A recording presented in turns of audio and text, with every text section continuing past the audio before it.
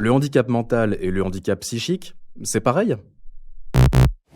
Non, le handicap mental et le handicap psychique ne sont pas les mêmes handicaps. C'est la loi du 11 février 2005 qui a reconnu le handicap psychique et qui a permis aux malades d'ouvrir des droits, et notamment d'obtenir une reconnaissance en qualité de travailleur en situation de handicap, autrement dit RQTH. Ainsi, en France, on associe le terme handicap mental au handicap résultant d'une déficience intellectuelle, alors que le handicap psychique, lui, est associé à des troubles psychiatriques. Et ces deux handicaps peuvent parfois être cumulés. Le handicap psychique, ça ne se voit pas. Effectivement, les handicaps psychiques sont la plupart du temps invisibles.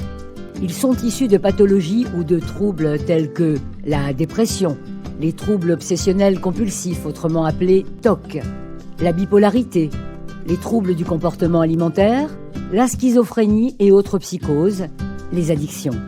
Ils peuvent se déclarer à tout âge. Un handicap psychique, c'est pour toute la vie? Un trouble psychique n'est pas forcément inscrit dans le temps pour toujours. Le handicap psychique peut être temporaire, s'il est pris en charge grâce à une compensation adaptée aux besoins de la personne. En effet, une dépression ne sera pas forcément chronique, tout comme un TOC, même si on en garde une vulnérabilité. Bien sûr, d'autres troubles sont chroniques et nécessitent un accompagnement à vie, comme la bipolarité par exemple.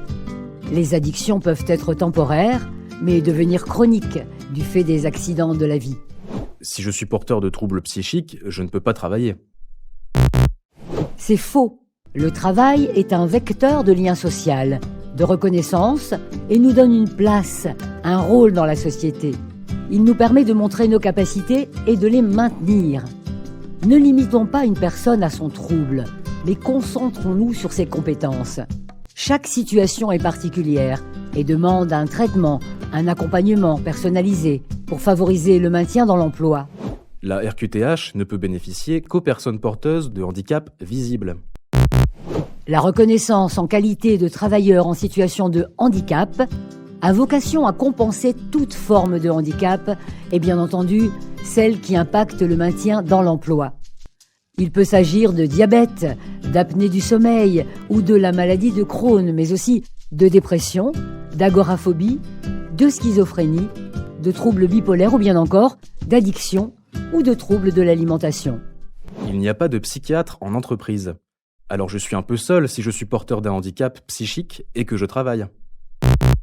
Dans votre entreprise, n'hésitez pas à demander conseil à l'assistant social, à l'infirmier du travail ou à tout autre préventeur, car ils œuvrent tous en partenariat avec des structures telles que le CREPSI ou Centre de ressources sur le handicap psychique.